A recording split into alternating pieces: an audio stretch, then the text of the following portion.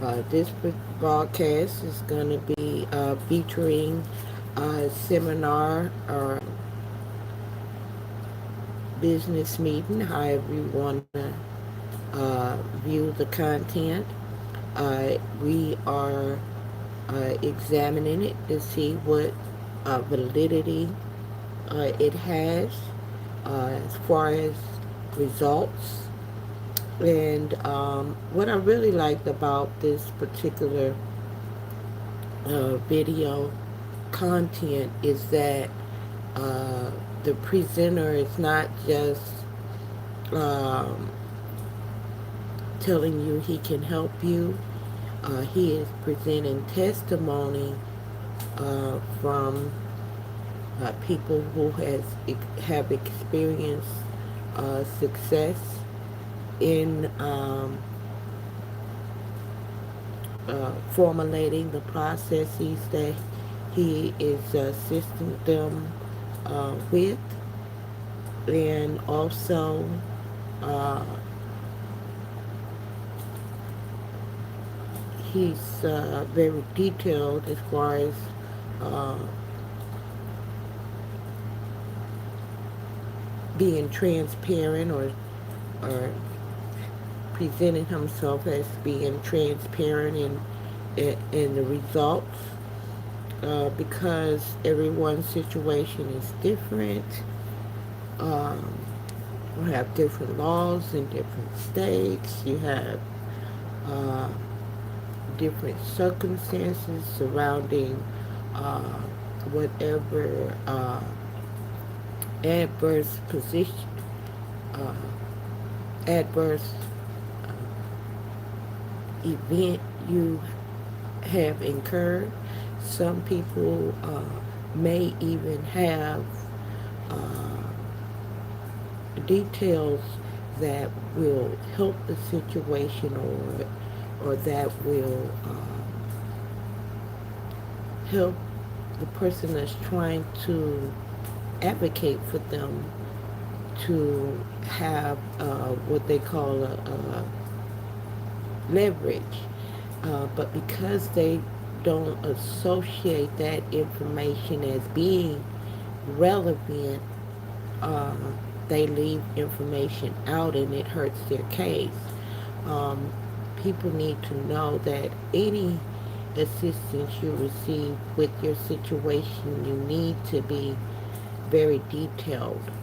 Some people don't like details. They may have uh, an aunt or an uncle. Like I have an auntie that is anal with details, but it's very helpful in some circumstances when people understand what details uh,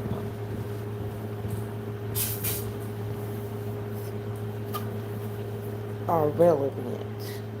Okay, and when you're dealing with a person who's very detailed but with irrelevant uh, input, that can be frustrating. Um, and so some people avoid details altogether. And that's very harmful um, when you're in a situation where the details can exonerate you, or the details can help you win your case, um, even if the case is you complaining. Um, it's you are the if you in a case where you are the plaintiff, that could definitely cause an issue because the burden is on the plaintiff.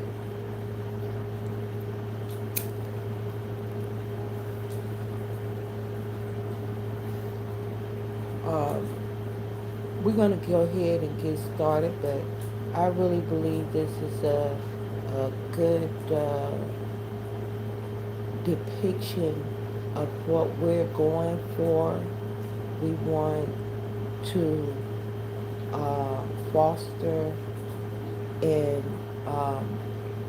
generate an environment where people are appreciated uh, for what they do, because uh, you will notice that many of the people that are involved were not professionals proficient in any given particular task, perhaps maybe the lawyers, but all the other staff members are people that are just willing to contribute and they have the drive to do it.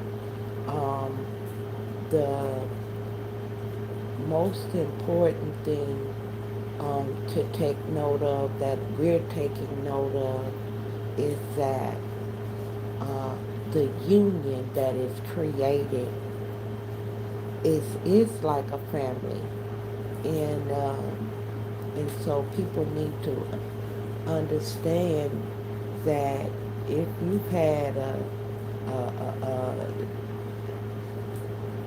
dysfunctional family structure where people were not supportive within the family, then your paradigm or understanding of family structure may differ in the visualization of that type of structure. So we want to help you see what that looks like. Let's get it. Hi, Dr. Buzz. I've already talked about Rob and Neil. And of course, got a line at the door over there.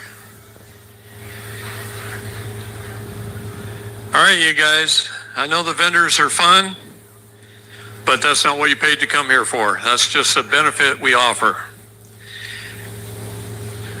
You know, our health is very important. And it's the reason I bring these guys. Because I know what it's done for me. I know the sheer amount of hours I work, the amount of stress I'm under. I know how my health was declining. I know the things that were happening to me and my body. And because of the health technologies, I feel 10 years younger now than I did in 2013. I'm in good shape. I got a lot of endurance. And I spend a lot of time behind a desk and behind computers and things that aren't really healthy for your body. And I've got a lot of strength. And I'm 60 years old this year. Okay? And I feel like I'm 45, and a lot of it is this technology and what it's done to help heal my body. Where'd Amy just go? Amy? She's short, I can't hire. She going? Oh, she went outside? Okay, Amy just recently got here. She has some challenges to get here. And she just got here, and she has a frequency bed in a Mercedes van that's going to get plugged in, and people will be able to use it throughout the weekend until late at night. She usually stays with people until midnight if she has to help you. Okay? What's going on in that room over there? I bought one of those. There's a reason I bought one. It's because I'm on the road all the time and I can take it with me. And it analyzes 1,700 parts of your body, and it will fix it. And I've had a lot of trauma, a lot of body trauma. I've been in a lot of situations that some of you have heard some things about, some of you not. But my rotation on my shoulder used to be about like this. That's it. That's as high as I could lift it. Now I can go like this without any pain. I have virtually no pain anymore. I lived with pain for 26 years. So I know what this technology does, and I know how important it is to us, and that's why we bring it here. And we've got great doctors here. Paul Willett, eating a sandwich still, probably because you were talking all through lunch, huh? Paul in my personal opinion, is one of the most brilliant doctors in this country and has written a couple of books that are going to be published soon, and he could show you that at his table over there. But the AMA, the hospital, the medical associations, the state medical boards have tried to destroy this man. And he's incredible. And he knew when COVID started that it was all crap, to put it mildly. And he's awesome. Make sure you talk to him while you're here. Learn some stuff, guys. This is great for us, for our health. Okay, I'm going to hand the mic to Katerina. Katie. And I'll let her tell you about what she does. Hello, can you hear me? And Hi, tell them I'm a little Katie. about your story and about your beautiful children. Okay, so I met David Straight last year in March at my first David Straight seminar, and I introduced myself to him as the owner of the Telegram channel called David Lester Straight, which I took the liberty in creating once I found he didn't have a channel on Telegram, and I just wanted to get his videos out to the public on social media. So I created that channel and I uploaded every video I could find onto that channel. And by day 3, he became a subscriber of the channel, which is pretty cool. When I met him at this seminar, which was 3 weeks later, I introduced myself as the owner, offered to give him the channel, and he told me that he was too busy to operate social media, but that I was doing a good job and that I could continue owning it. And so I made him an admin. A couple weeks after that, I made a video of his wife, Bonnie, who did a presentation on Sunday at the seminar. And I made a 7-minute segment of her speaking about the Sabbath. And I shared it on Telegram, and she was really happy about that video. When I met her 2 weeks later at the RT meeting in Keene, Texas, we crossed paths in the parking lot, and she asked if I was the one who did the video, who made the video of her, and I told her yes. And she was really excited, and she asked if we could exchange phone numbers so that I could make more videos for them. And I was excited to have her number, so we exchanged numbers. 2 weeks after that, my 8-year-old daughter had a seizure at school, and she has been having seizures since she was 3 years old. So I've dealt with her seizures. I know there's nothing doctors can't do for her. I denied medical transport from the school to the hospital because they wanted to send my daughter to the hospital, and I know there's nothing they could do. So I told them, no, she just needs to go home. And I withdrew my daughter from school so I could homeschool her again because public school just wasn't working out at that point. They had been treating her different because of her seizure disorder. So anyways, a week after that, CPS came to my property demanding to speak with me.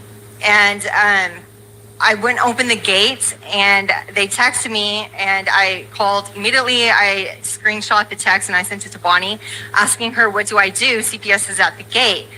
And she told me not to talk to them and to give them her phone number. She'd be my counsel. So I did that. And CPS and Bonnie talked for a while, and Bonnie learned that CPS lady had just left the school and had taken a picture of my 9-year-old daughter without my permission. She went to the school and interviewed my 9-year-old daughter behind my back. Bonnie was upset. I was upset. So I went to the school. I withdrew my 9-year-old daughter. By the time I got to the school and got my daughter, I got back home, there was a sheriff at my gate. And I go in the gate. I called David and Bonnie, and they told, by that time, the sheriff had texted me and was wanting me to call him so he could work out this situation with CPS, and they would just go away. But Bonnie said, no, have him call me. I'll be your counsel. So Bonnie was on the phone with the sheriff when David called me and told me to leave. Like, get my kids and leave the house right now, because they didn't trust what CPS and the sheriff was going to do. They could have came in with a fraudulent warrant or something and they could have taken my kids. So I loaded up my kids in the car. I have 4 children. They're 3, 4, 9, and 10 at this time. That was like a year ago. So now they were a year younger then. But anyway, so we leave, right? I drive past the gate, out the gate, past the sheriff that was sitting there in his car or truck. And I was really nervous because my tags were expired on my car and I had no insurance.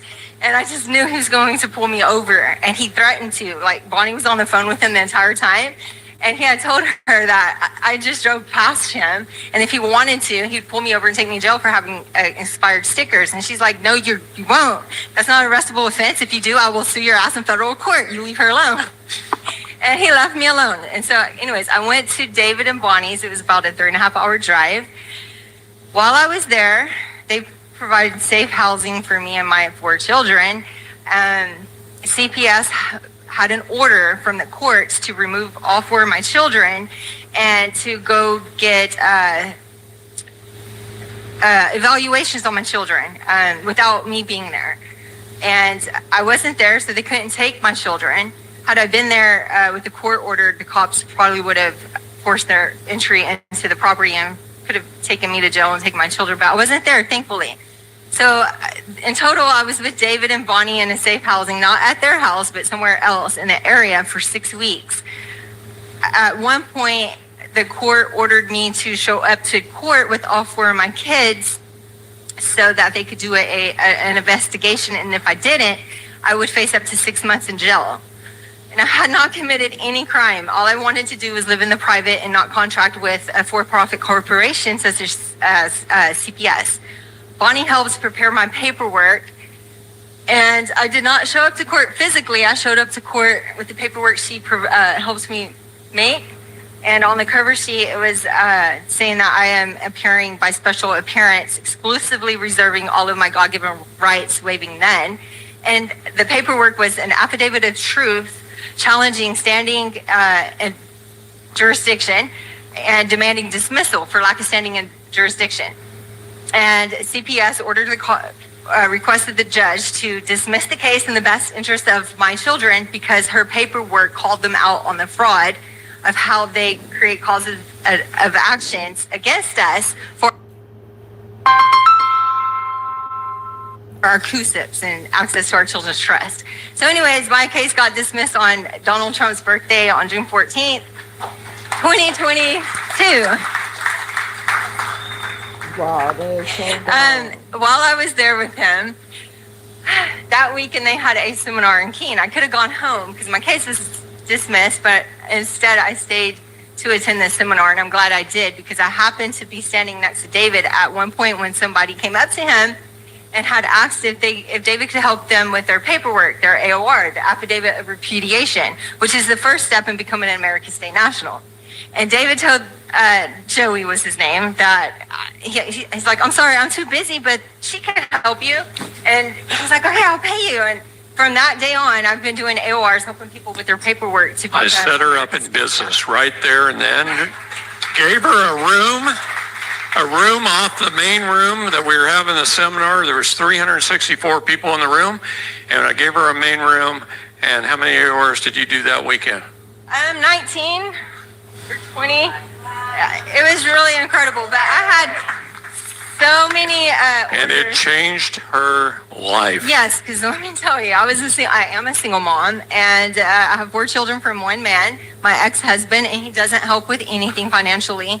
And I have been making masks for 2 years, netted masks, tool breathable masks to sustain us through the COVID pandemic. But in February of 2022, the mask mandates were lifted. That venture just took a plummet, like no money was coming in for that. And I really had no idea what to do. But I prayed to God that I knew God was going to take care of me and my children. Then I met David like the next month, which was March. And then by June, that really bad, scary situation with hiding with my kids, ditching my cell phone. For 6 weeks, I thought like for the rest of my children's childhood, we'd be living as fugitives because there was no way I was ever going to let the state get their hands on my kids. I would live as a hermit, and I don't care. My kids are mine. You know, it's my God-given property, and I will die for them.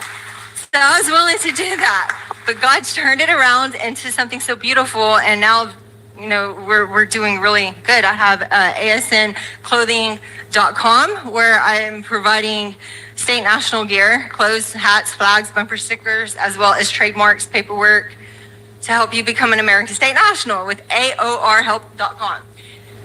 So anyways, I'm really nervous. This is my first time telling my story to a crowd of people, so.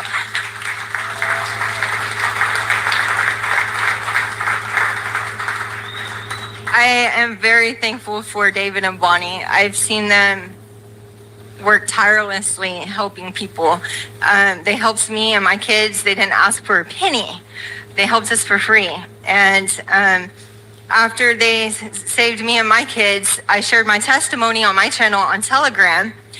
My channel is General Flynn Exposed. It's also called General Fully Exposed. But when I shared my testimony of how they helped me get my case shut down, a mother reached out saying that CPS had kidnapped her kids the day before, and she really wanted them back. And I contacted the girl. CPS had kidnapped her 2-year-old and 6-year-old during a traffic stop when she wasn't even arrested. She was detained for questioning, and CPS came and took her kids out of Maine. And they threatened her with losing her parental rights. They took her kids on July 4th, and on July 11th, they had a hearing for her custody. And me and Bonnie worked on her paperwork over that weekend. July 11th was on a Monday. And we had her paperwork done by Sunday night. She went into the courtroom on Monday at 8:30, and they wrestled this girl, intimidated her, didn't want to acknowledge her paperwork, kept trying to force her to accept a court-appointed attorney, kept trying to convince her that she'd have to accept social services family planning agreement in order to have access to her children. But she stood her ground. She refused to contract. She didn't even enter the bar of the court. She stayed out in the pews to argue her case. And the courts kept recessing. They didn't really know what to do with this mother who wasn't backing down. So every time they'd recess, she'd come outside the courtroom and call me, and I just happened to be with David and Bonnie. So she was getting one-on-one coaching this entire time. For 4 hours, they wrestled this girl in the courtroom, and she was at the point of like almost wanting. She was just exhausted, but we just kept encouraging her. We kept encouraging her to just stand and fight, and her husband was wanting to just give up and accept the court-appointed attorney. They intimidated him. They wore him out. He was scared. And I got him on the phone. So I got him on the phone with David. I was like, David, will you please talk to this woman's husband? And he said yes. So David took the phone in the room, and I sat right next to him. He was on one chair. I was on another chair on the edge of my seat. And David told this guy, he said, I've been fighting cases, CPS cases like yours for over 30 years. I've seen over 1,000 cases just like yours. I'm going to tell you what happens. If you go in there and do every single thing they tell you to do and jump through every hoop that they give you, there's a 90% chance you will not see your kids again. But if you do what I tell you to do, there's a 50% chance you will. And so he said, okay. And he backed up, and he let his wife handle it.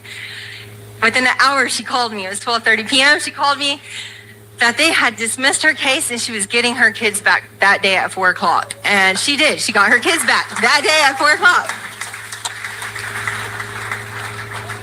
It was very incredible to see that their process does work. Sometimes it doesn't, because every case is different, and every parent doesn't do the same thing, and they might contract unknowingly.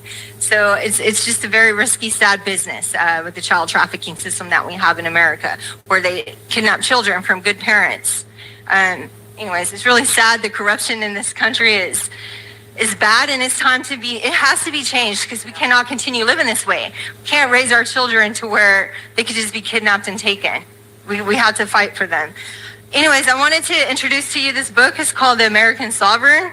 It's how to live free from government regulation. It teaches a lot of stuff that David teaches in his seminars. It goes on a deeper dive on how to talk during a traffic stop, about the right to travel, how to stand in court, how to put your business and yourself into a trust, how to not have to pay taxes anymore, how to rescind your social security number, how to live free from government regulation. This book is really hard to get. You cannot buy it on the internet. If you buy it from the publisher or the author, you have to get a postal money order for $75, mail it to him, and then he'll mail you the book. So it's really hard to get, but I'm offering it to you for $80.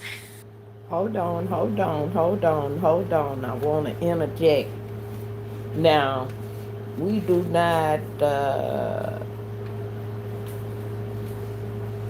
condone or endorse any of this products being offered in this presentation. Um, and I just want to make a special note of the fact that um,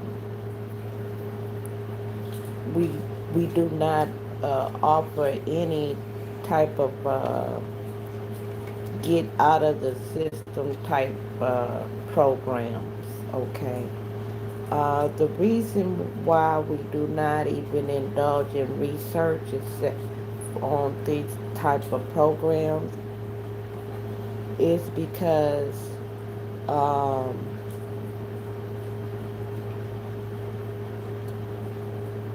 we view any processes to get, I got my air quotes up, get out of the system uh, type of programs or processes, because you cannot, it doesn't have any foundational basis upon which you can believe that you are so-called out of the system. I'll give you a good example of what I mean by that. Uh, they're filing paperwork into the system. Okay. And so all the system will do is categorize them as people in rebellion. It does not remove them from the system. And so when people are verbalizing that that's what their intentions are,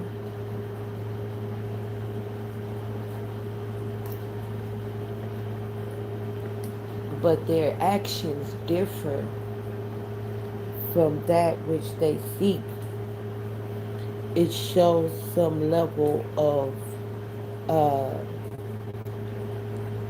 intellectual incompetence.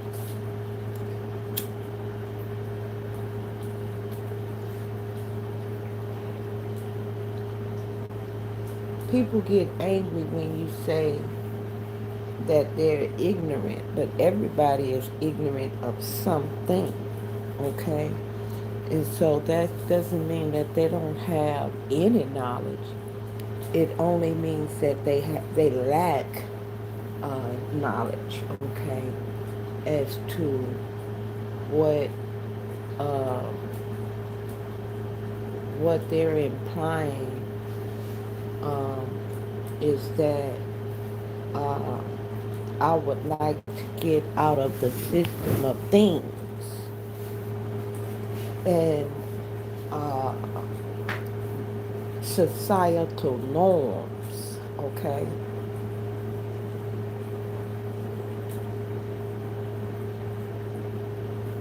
They can never get out of the system in the manner that in any event, and no matter where they are, if a person who is driven by hatred chooses to attack them, this is why a lot of times they have to remain in hiding and so forth, because not because they're dishonorable in any type of way, but it does place you in a category, in a position of attack. and the government will, I'll say some government entities who specialize in doing stuff like that, they will place you on a list, and they will taunt you and follow you, and they do the most, okay? And I'm a witness of that myself. They took my children. I fought for my children. I did a good job, and their father took authority over them and his right, and that was the end of that. But it was very uh,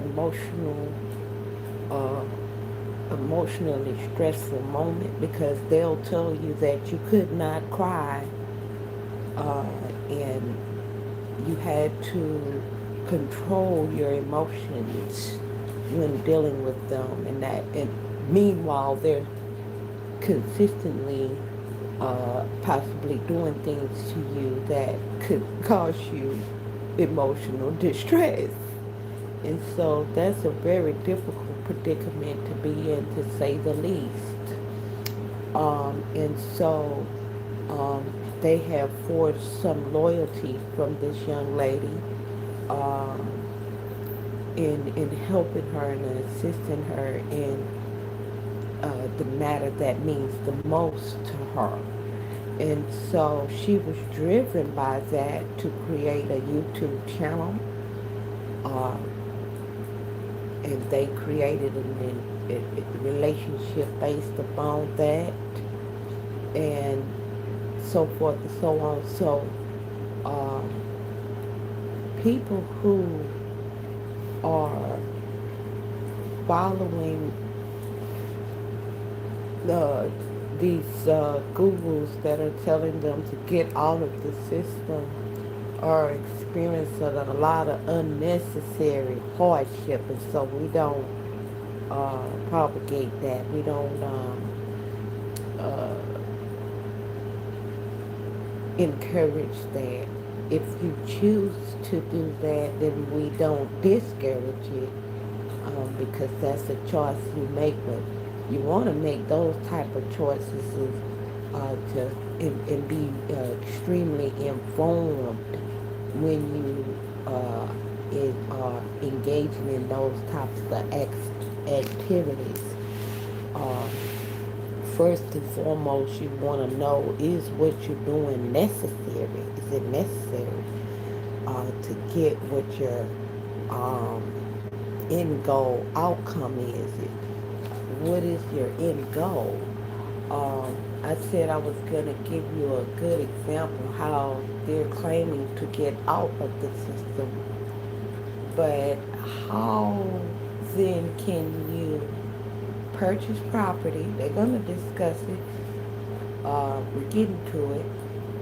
But I want to give you a heads up of how this don't add up a little bit. This don't add up.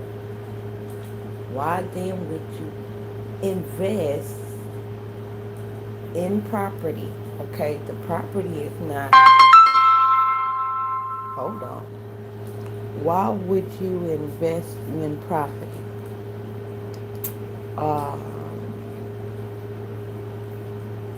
Get into beneficiary situation which is probated in the court systems, okay?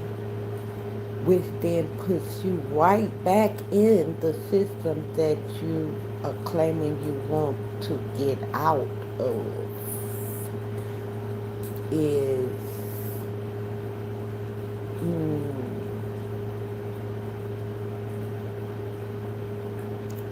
it just don't add up. It don't calculate. It just don't add up. All right. Because the system itself is based on the people. The people create the energy for the system. Now, if you want to regroup yourself, people call it changing your status. You want to reposition yourself in the system uh, to give notice to the authorities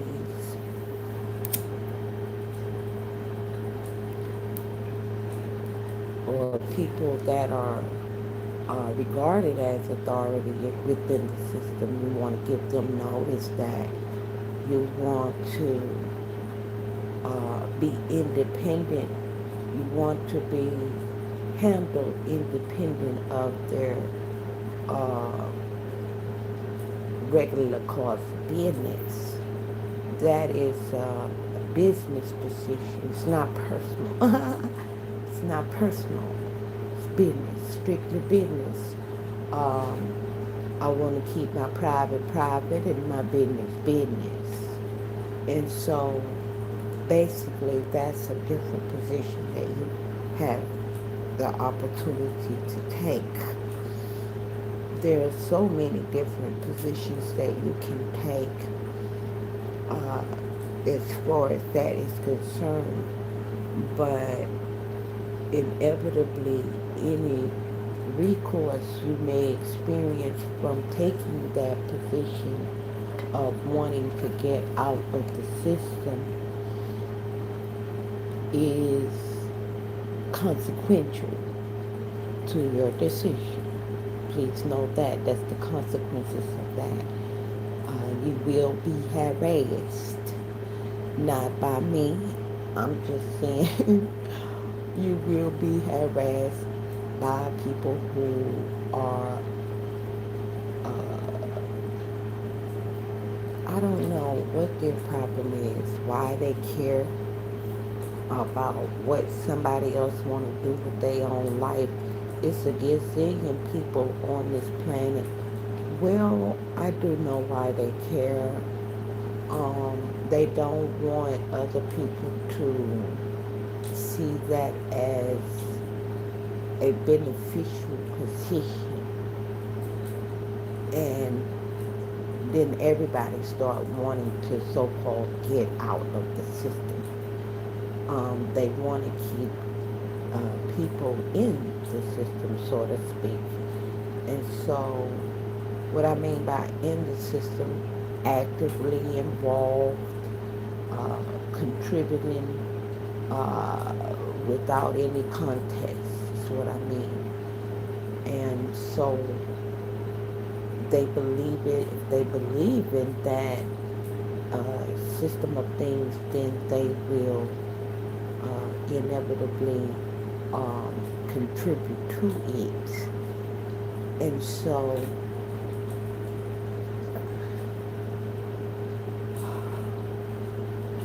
what we focus on is not contributing to the system itself of things and how things are done, but contributing to solutions that can benefit those who are,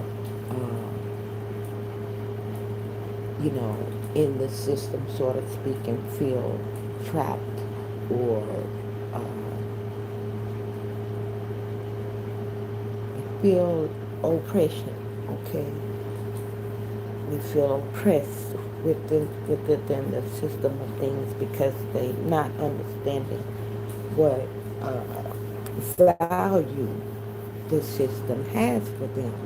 You got to first know what value does this system have for you. Even when she explains that some people that they can't help to be removed from the system is because there are people who, you have people like her and I who were innocent and good parents and didn't need to be harassed in that manner. But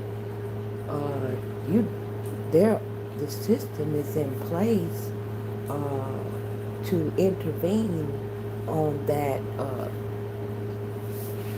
child's behalf for a reason.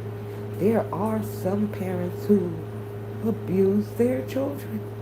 Clearly, clearly.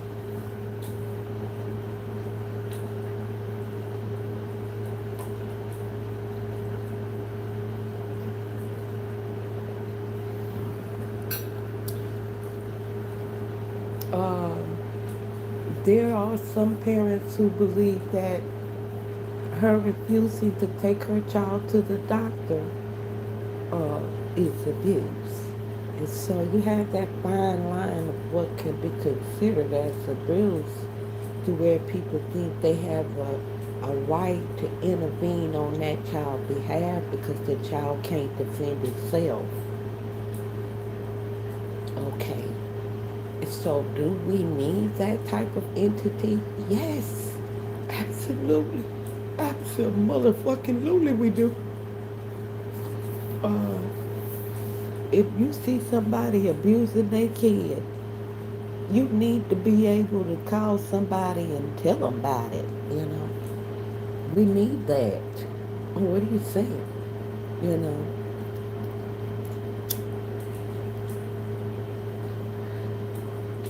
But we also need some oversight on that agency to see what kind of nefarious shenanigans they got going on over there. It's been cited and investigated. They have had a lot of nefarious behavior going on in these child protective services. Is as such that there are people there that are just using the agency to traffic children, to kidnap people's children. Okay. And then some people believe they are really unburdening the parents. They really believe they're unburdening the parents. The parents got too much pressure, too much stress, too much whatever, dealing with society, and they cannot function with the responsibility, the added responsibility of caring for their children. And that is a reality in our reality. Okay. And for that reason, a child protective agency is needed. Come on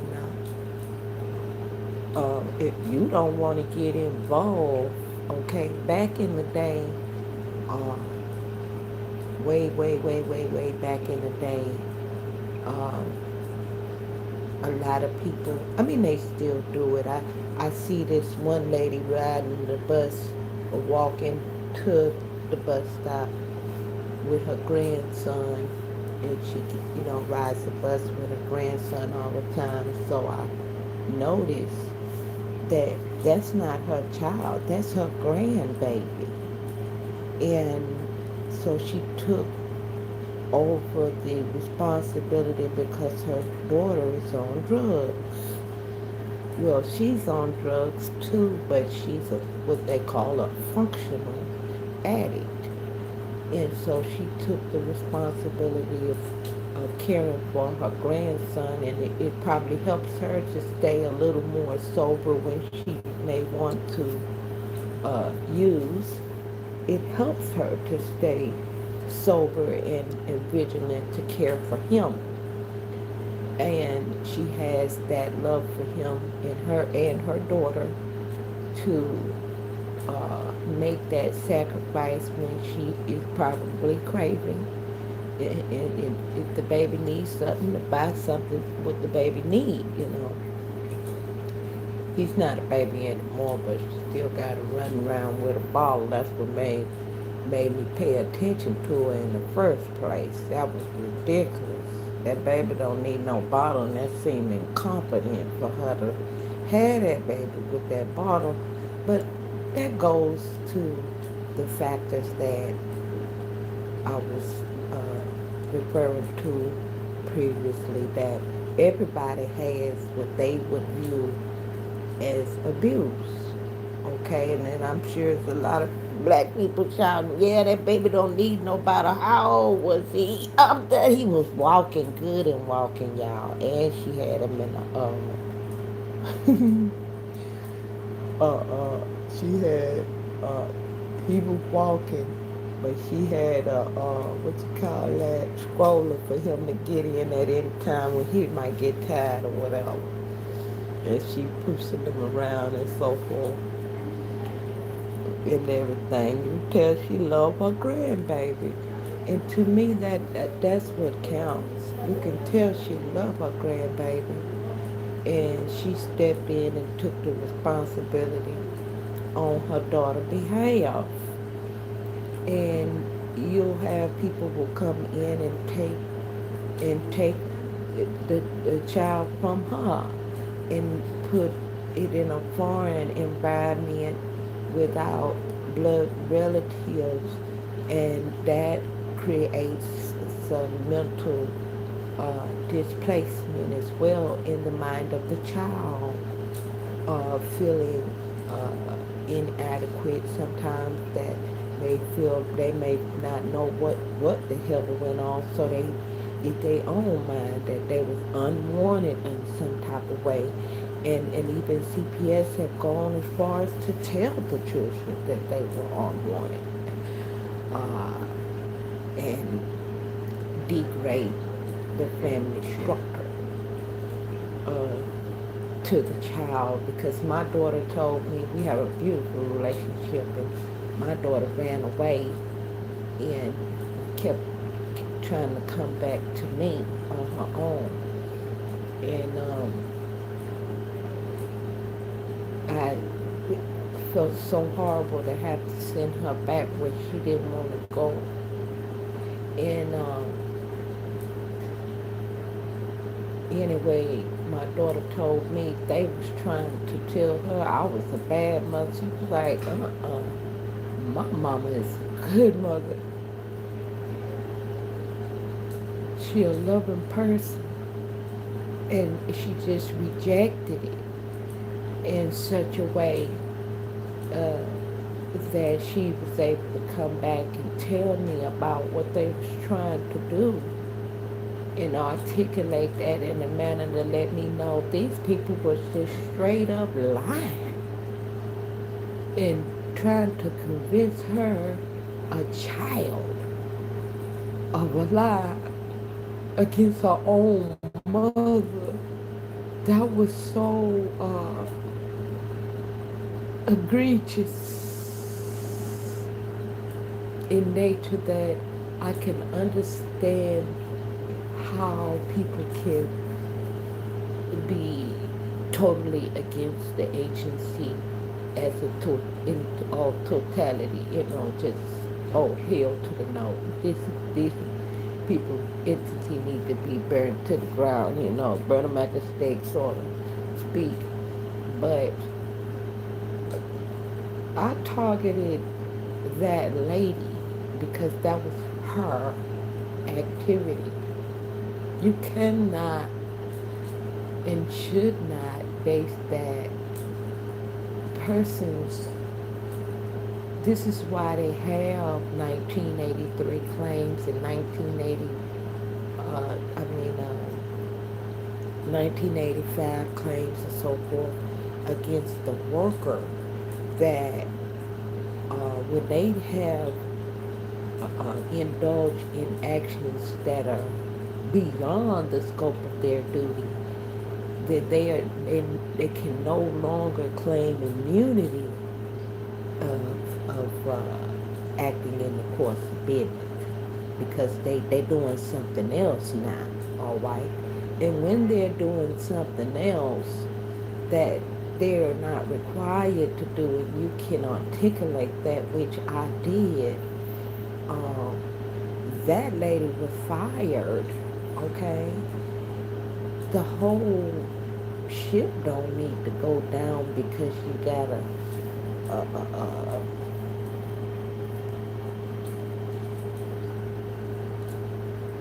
court-martial,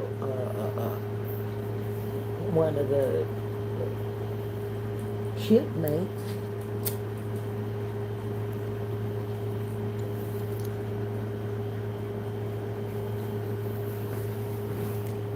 Now, I can understand sometimes you have to just demolish the whole building and just start all over when you're constructing a thing.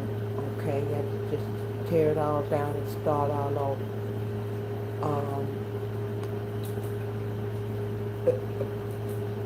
But in any case, when you have a large structure that has